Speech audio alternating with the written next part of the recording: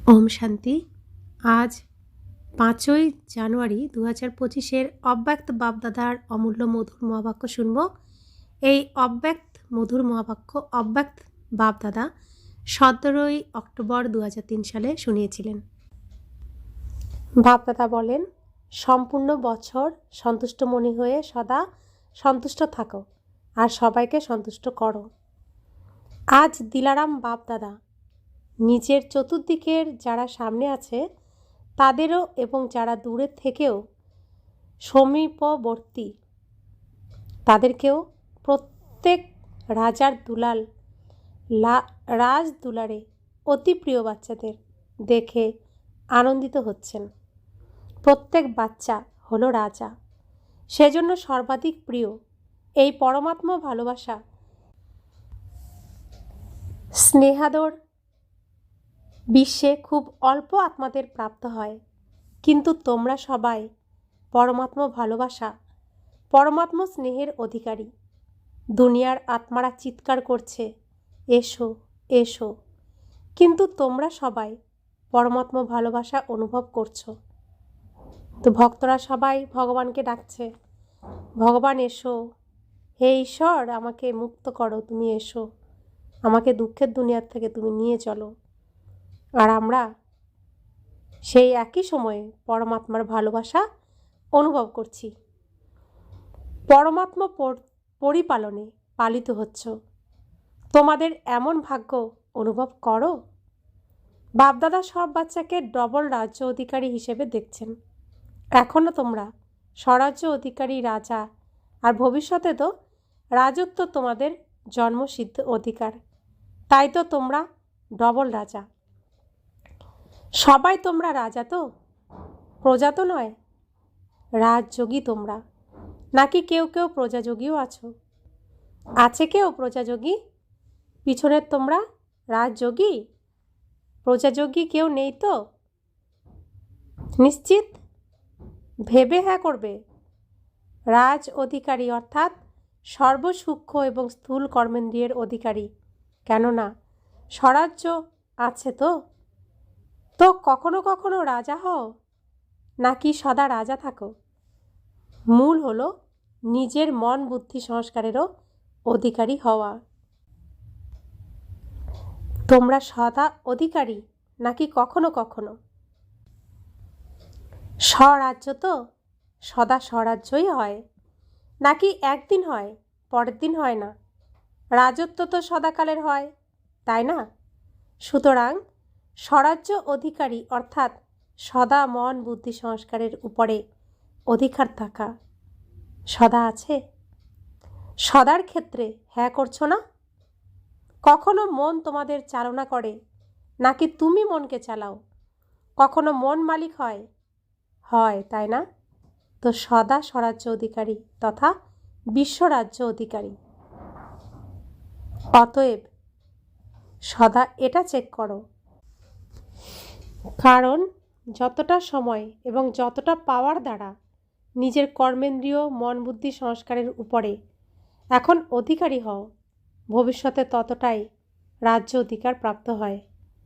এখন পরমাত্মা পালন, পরমাত্মা পঠন পাঠন, পরমাত্মা শ্রীমতের আধারে এই এক সঙ্গম যুগের জন্ম যদি সদা অধিকারী না হও, তবে 21 জন্ম কিভাবে রাজ্য অধিকারী হবে? হিসেব আছে তো। এই সময়ের স্বরাজ্য স্বয়ের রাজা হওয়াতেই তোমাদের 21 জন্মের গ্যারান্টি থাকে। আমি কে এবং আমি কি হব, নিজের ভবিষ্যৎ বর্তমানের অধিকার দ্বারা নিজেই জানতে পারো। ভাবো, তোমরা সব বিশেষ আত্মার অনাদি আদি পার্সোনালিটি আর রয়্যালটি কত উঁচু। অনাদি রূপেও দেখো, যখন তোমরা আত্মারা পরমধামে থাকো তো কত ঝলমলে দেখায় তোমাদের। পরমধামেও আমরা শ্রীকৃষ্ণ রাধা দুজনের কাছে থাকি, একদম বাবার কাছে থাকি আর ঝলমলে থাকি, দেখতে পাও তোমরা। আর আত্মারূপে বাবার সাথে সাথেও থাকো, সমীপে থাকো। আকাশে যেমন কোনো কোনো নক্ষত্র অনেক বেশি ঝলমলে হয়, তেমনই তোমরা আত্মারাও বিশেষভাবে বাবার সাথে আরও বিশেষ দীপ্তিমান নক্ষত্র হয়ে থাকো। পরমধামেও তোমরা বাবার সমীপে থাকো। আর তারপরে প্রারম্ভিক সত্যযুগেও তোমরা সব দেব আত্মার পার্সোনালিটি, রয়্যালটি কত উন্নত। সারা কল্পে চক্কর লাগাও, কত ধর্ম আত্মা এসে গেছে, মহাত্মা এসে গেছে, ধর্মপিতা এসে গেছে, নেতা এসে গেছে, অভিনেতা এসে গেছে। এমন পার্সোনালিটি কারো আছে যা তোমরা সব দেব আত্মার সত্যযুগে থাকে? নিজেদের দেব স্বরূপ সামনে আসছে, তাই না? আসছে নাকি জানো না? তোমরা হবে কি হবে না নিশ্চিত তো? নিজের দেবরূপ সামনে আনো আর দেখো পার্সোনালিটি সামনে এসেছে। কত রয়্যালটি প্রকৃতিও পার্সোনালিটির হয়ে যায়। বিহঙ্গ, বৃক্ষ, ফল, ফুল সব পার্সোনালিটির রয়্যাল। আচ্ছা, এরপরে নিচে এসো তো। নিজের পূজ্যরূপ দেখতে পেয়েছো? তোমাদের পূজন হয়। ডবল ফরেনার্স পূজ্য হবে নাকি ইন্ডিয়া থেকে যারা তারা হবে? তোমরা দেবী দেবতা হয়েছ। সুর আছে, লেজ আছে এমন নয়। দেবীরাও ওই কালীরূপ নয়, কিন্তু দেবতাদের মন্দিরে দেখো তোমাদের পূজ্য স্বরূপে কত রয়্যালটি আছে। মূর্তি হবে 4 ফুট 5 ফুটের, আর মন্দির করে কত বড়। এটা হলো রয়্যালটি আর পার্সোনালিটি। আজকালকার প্রাইম মিনিস্টার হোক কিংবা রাজা, কিন্তু রোদের মধ্যে বেচারির মূর্তি বানিয়ে রেখে দেবে কত কী না হতে থাকে। তো কোনো মূর্তি বানিয়ে যদি আমি রোদে রেখে দিই, তো রোদ, বৃষ্টি, ঝড় জলে সেই মূর্তির উপরে কত অত্যাচার হয়।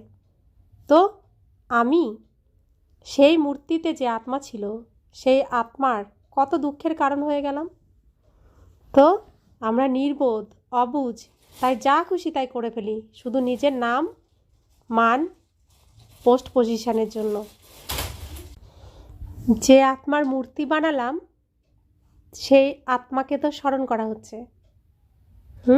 তার সম্পর্কে বলা হচ্ছে। তো সেই আত্মার কাছে আমার ভাইব্রেশন, আমার মনের ভাব পৌঁছে যায়।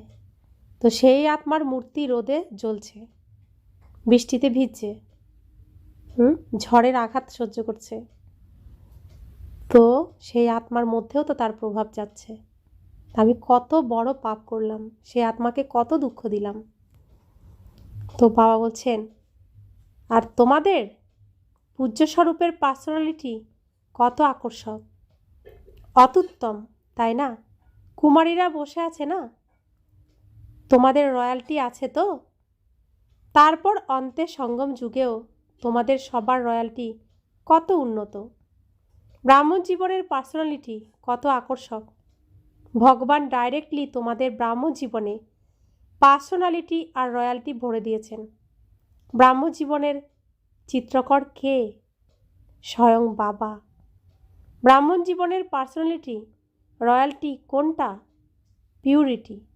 পিউরিটি রয়্যালটি, তাই না?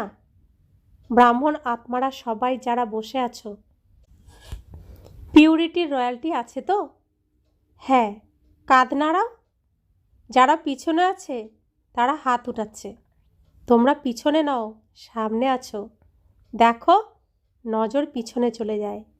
কার্যত সামনে তো দেখতেই হয়, পিছনে অটোমেটিক্যালি চলে যায়। তো চেক করো, পিউরিটির পার্সোনালিটি সদা থাকে? মনসা, বাচা, কর্মণা, বৃত্তি, দৃষ্টি এবং কৃতি সবতেই পিউরিটি আছে।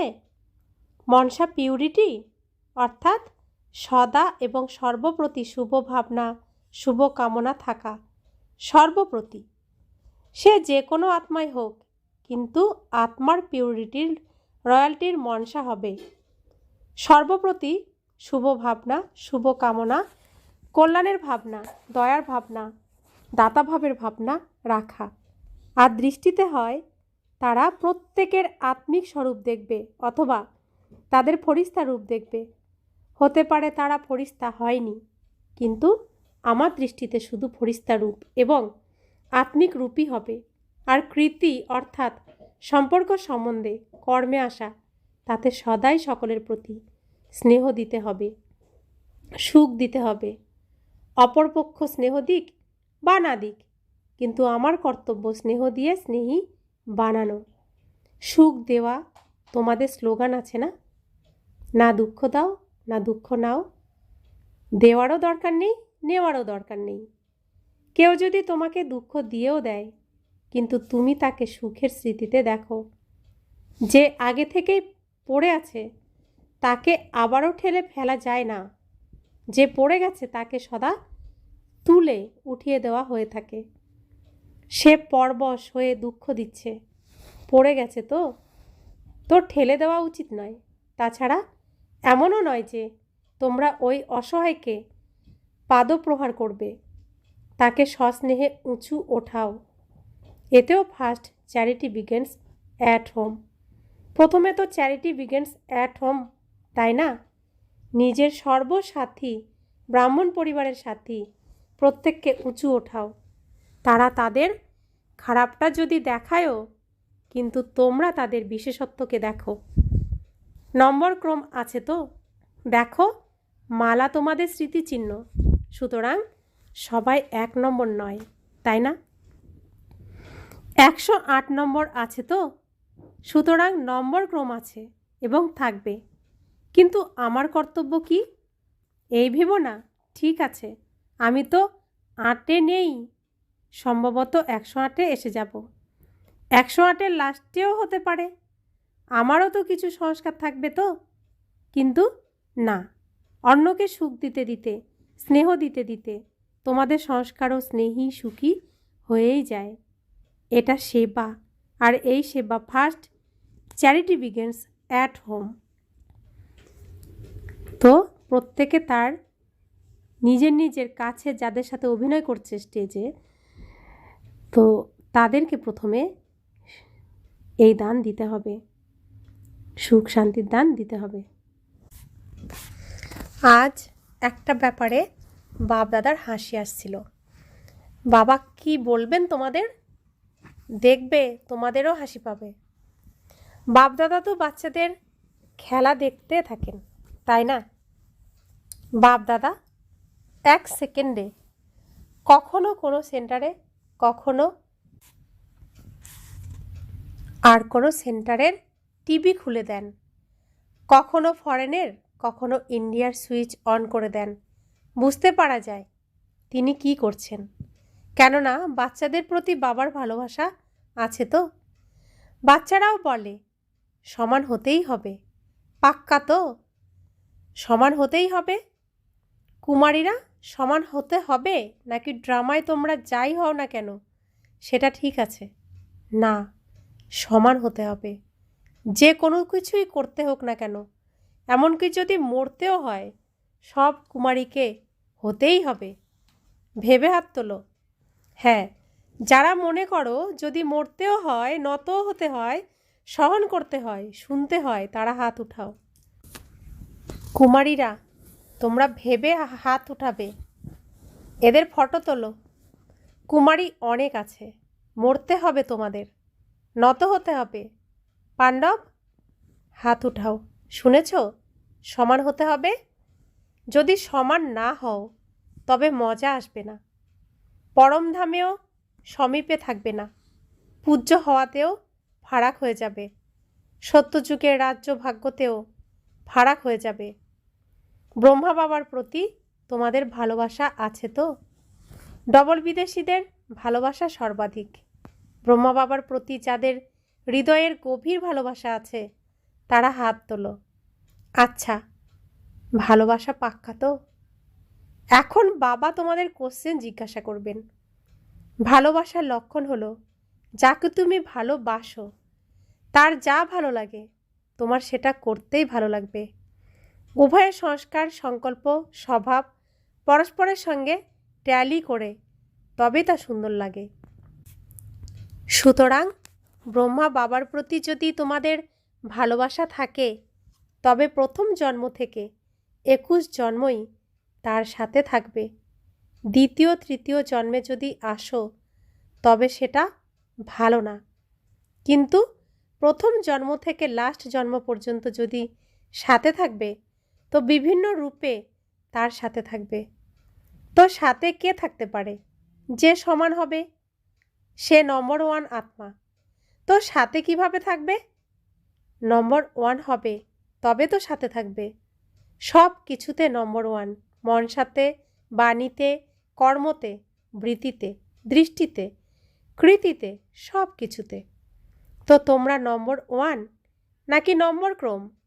সুতরাং যদি ভালোবাসা থাকে তবে ভালোবাসার জন্য যে কোনো কিছু উৎসর্গ করা কঠিন হয় না।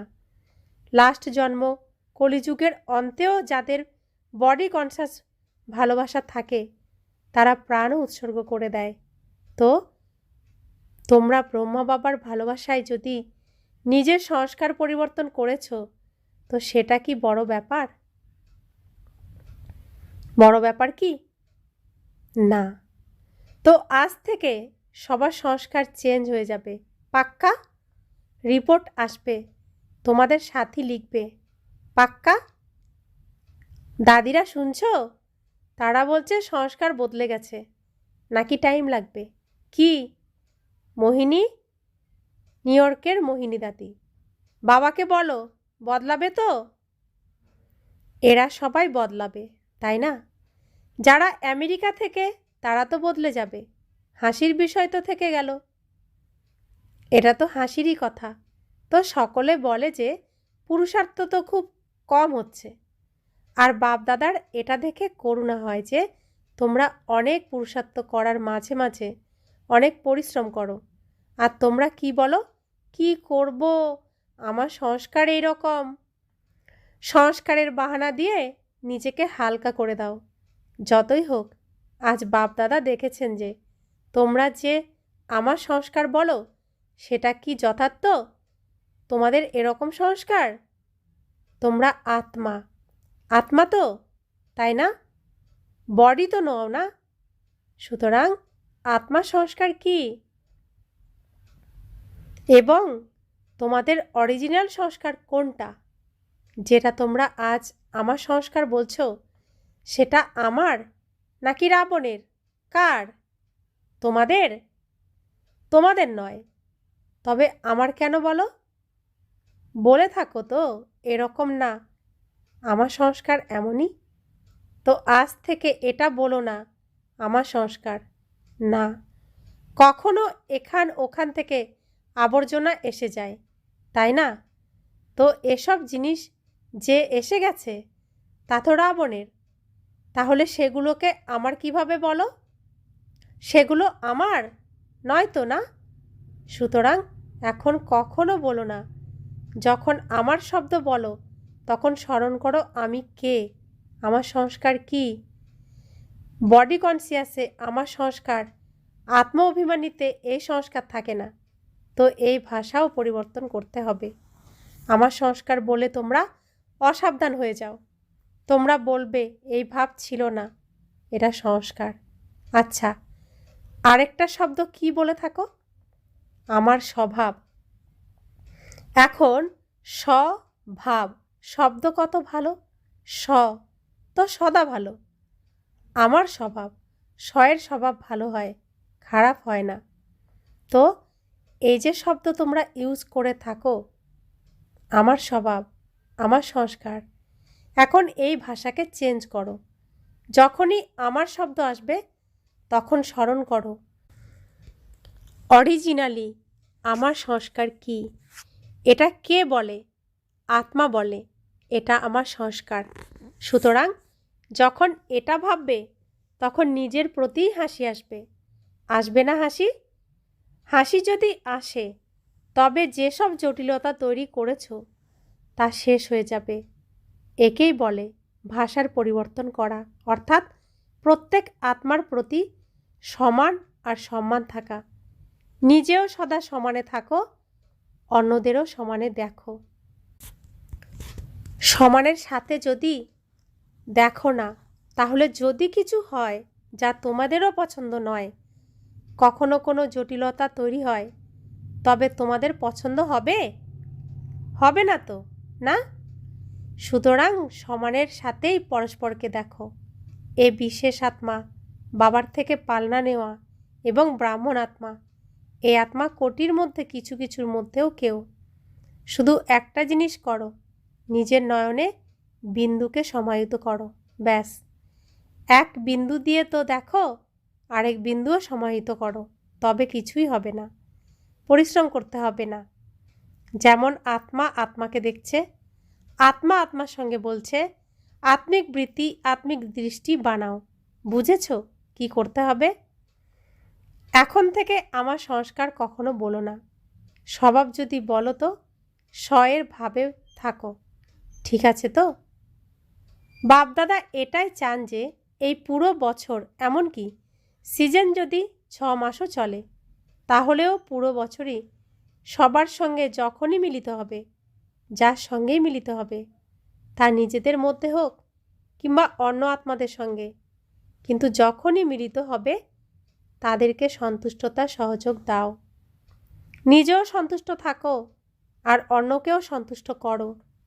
এই সিজনের সমান হলো সন্তুষ্ট মণি, সদা সন্তুষ্ট মণি। ভাইও মণি, মনা হয় না, মেল ব্যক্তি নয়, মণি অর্থাৎ মহার্ঘরত্ন আত্মা। প্রত্যেক আত্মা সবসময় সন্তুষ্ট মণি, আর স্বয়ং সন্তুষ্ট হবে তো অন্যকেও সন্তুষ্ট করবে। সন্তুষ্ট থাকা এবং সন্তুষ্ট করা, ঠিক আছে? পছন্দ? সবাই হাত তুলেছে, খুব ভালো, অভিনন্দন অভিনন্দন।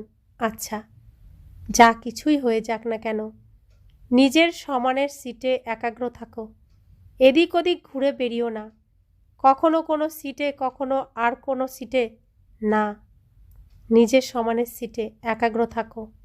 তাছাড়া যদি কোনো পরিস্থিতি সামনে আসে, তবে একাগ্রতার সিটে সেট হয়ে এক কার্টুন শো এর মতো দেখো।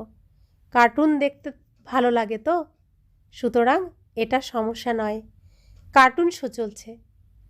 কখনো এক বাঘ আসে তো কখনো এক ছাগল আসে, বিছে আসে, টিকটিকি আসে, দুর্গন্ধময় শো। নিজের সিট থেকে আপসেট হয়েও না, মজা আসবে। আচ্ছা, তো আমরা এই পৃথিবীতে বিভিন্ন সিনের মধ্যে দিয়ে যাচ্ছি। এখন মায়ার সব থেকে হায়েস্ট লেভেলের সিন চলছে। তো মায়া একবার বাঘ নিয়ে আসবে আমাদের সামনে, একবার ছাগল নিয়ে আসবে, একবার বিছে নিয়ে আসবে, একবার টিকটিকি নিয়ে আসবে। তো নোংরা পরিবেশের নোংরা শো দেখাবে। তো আমি নিজের সিটেই সবসময় সেট হয়ে থাকব, তাহলে কোনো নোংরা আমাকে স্পর্শ করতে পারবে না। মাটিতে পা দিলেই নোংরা স্পর্শ করবে, দুর্গন্ধময় হয়ে যাবে, তো মজা আসবে। আপসেট হয়ে গেলে মজা আসবে না, আপসেট না হলে মজা আসবে। আচ্ছা, চতুর্দিকের অতি প্রিয় রাজা বাচ্চাদের সর্বস্নেহী সহযোগী সমান হওয়া বাচ্চাদের, সদা নিজের স্বভাব এবং সংস্কারকে স্বরূপে ইমার্জ করে এমন বাচ্চাদের, যে সকল বাচ্চা সদা সুখ দেয়, সকলকে স্নেহ দেয়, তাদেরকে সদা সন্তুষ্টমণি হয়ে সন্তুষ্টতার কিরণ ছড়িয়ে দেওয়া বাচ্চাদের বাপ দাদার স্মরণে স্নেহ সুমন আর নমস্কার। বরদান: শুভ চিন্তন এবং শুভ চিন্তক স্থিতির অনুভবের দ্বারা ব্রহ্মা বাবা সম মাস্টার দাতা ভব। ব্রহ্মা বাবা সম মাস্টার দাতা হওয়ার জন্য ঈর্ষা, ঘৃণা এবং ক্রিটিসাইজ, এই 3 বিষয় থেকে মুক্ত হয়ে সর্বপ্রতি শুভ চিন্তক হও আর শুভ চিন্তনের অনুভব করো। কেননা যাদের মধ্যে ঈর্ষার অগ্নি থাকে তারা নিজেরাও জ্বলে আর অন্যদেরও হয়রান করে। যাদের ঘৃণা থাকে তারা নিজেরাও পতিত হয় আর অন্যদেরও পতিত বানায়। এবং যারা ঠাট্টার ছলেও ক্রিটিসাইজ করে তারা আত্মাদের হীনবল বানিয়ে দুঃখী করে। সেজন্য এই 3 বিষয় থেকে মুক্ত হয়ে শুভ চিন্তক স্থিতির অনুভব দ্বারা দাতার বাচ্চারা মাস্টার দাতা হও। তো আমার পিতা দানের সাগর, তিনি দীনদয়াল, তিনি সুখের সাগর, তিনি সবাইকে দান দেন। তা আমি তার সন্তান, আমিও দাতা, আমিও সকলকে দান দিই। স্লোগান: মন, বুদ্ধি আর সংস্কারের ভিত্তিতে রাজত্ব করে স্বরাজ্য অধিকারী হও। নিজের মন, বুদ্ধি, সংস্কারের পরিবর্তন করে আসরিক আচরণ থেকে আমরা নিজের রাজ্যের মালিক হচ্ছি, নিজে মালিক, নিজের রাজ্য পরিচালনা করছি। তবেই স্বরাজ্য অধিকারী হয়ে রাজত্ব করতে পারবো। নিজের শক্তিশালী মনসার দ্বারা সকাশ দেওয়ার সেবা করো। তো আজকের অব্যক্ত ইশারা: তোমরা ব্রাহ্মণ বাচ্চা হলে কাণ্ড দ্বারাই সম্পূর্ণ বৃক্ষে সকাশ পৌঁছায়। তো এখন বিশ্বকে সকাশ দাও। 20টা সেন্টার, 30টা সেন্টার কিংবা 200-250 সেন্টার অথবা জোন, যদি এটা বুদ্ধিতে থাকে তবে অসীম সেবা করতে পারবে না। সেজন্য সীমাবদ্ধ দুনিয়া থেকে বেরিয়ে অসীম সেবার পাঠ আরম্ভ করো। অসীম জগতে যাওয়াতে সীমাবদ্ধতার বিষয় আপনা থেকেই সরে যাবে। অসীম জগতে সকাশ দ্বারা পরিবর্তন হওয়া, এটা হলো ফার্স্ট সেবার রেজাল্ট। আমাদের প্রত্যেককে করে দেখাতে হবে, প্রমাণ করে দেখাতে হবে। আমরা দাতার বাচ্চা, দাতা। তাই অসীম এই জগৎকে, জগতের প্রত্যেকটি আত্মাকে, প্রাণীকে, জীবকে, গাছকে, সমস্ত কিছুতেই আমি বাবার শুভ ভাবনার, শুভ শক্তির ভাইব্রেশন, সকাশ ছড়িয়ে দিচ্ছি। ওম শান্তি, ওম শান্তি, ওম শান্তি।